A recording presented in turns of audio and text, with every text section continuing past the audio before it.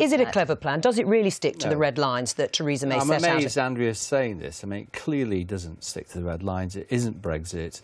And Leave supporters who are supporting Leave Means Leave are incandescent with rage. I mean, I sat on a campaign committee with ministers who have chosen not to resign. I'm deeply, deeply disappointed that they have chosen not to resign, because this is not Brexit.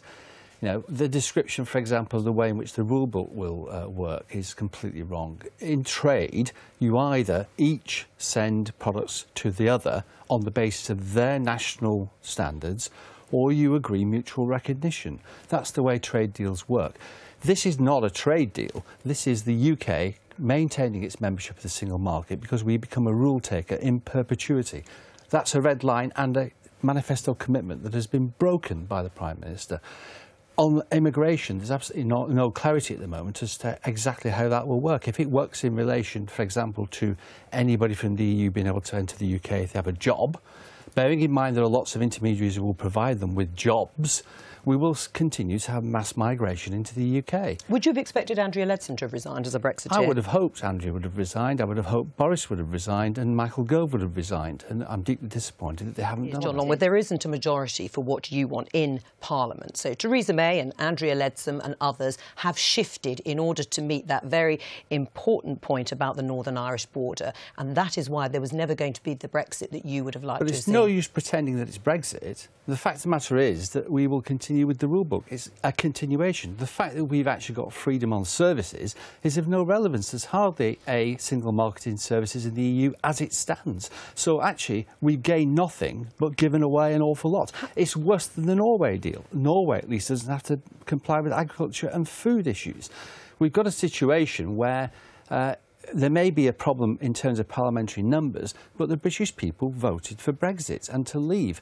And the Conservative Party will suffer very badly for letting the British people down and actually breaking their own commitments in the manifesto. Different to what the Prime Minister said on Saturday. To see what happens in the negotiations that go forward with the EU, because the EU will continue to ask for more concessions. And that's a different point. And by the way, but it's not a different point if you give way. And by the way, if we have a situation where freedom of movement continues to the extent that people who come into the UK into low-skilled jobs continues, that will perpetuate the problem we have at the moment. Every single low-skilled worker that comes into the UK is subsidised by British taxpayers to the extent of £3,500 a year in subsidies to corporations who are not investing in skills and not investing in productivity improvements.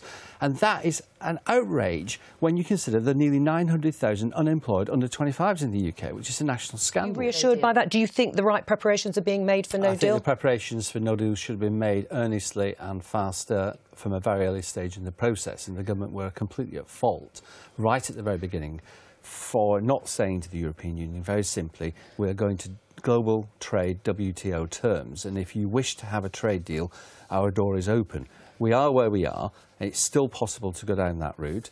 It would be much better for business in terms of providing certainty if the government were at this stage to simply declare that we're going to WTO global trade rules, which most of our trade is it actually takes place under, by the way, most of it, and that we actually then offer the European Union the possibility of a Canada-style free trade arrangement as two sovereign powers.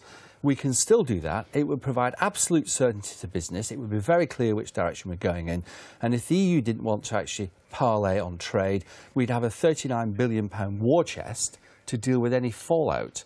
Go to the best of three, using the football analogy, you know. If you win this time round, do we go? Do you disagree? Right. Well, I disagree with you. I fundamentally disagree. Oh, so the outcome's going to be what you saw. Is that what's going to happen? The fact of the matter is that the British people knew what they were voting for. They were voting to take back control of laws, money and borders. Is that happening?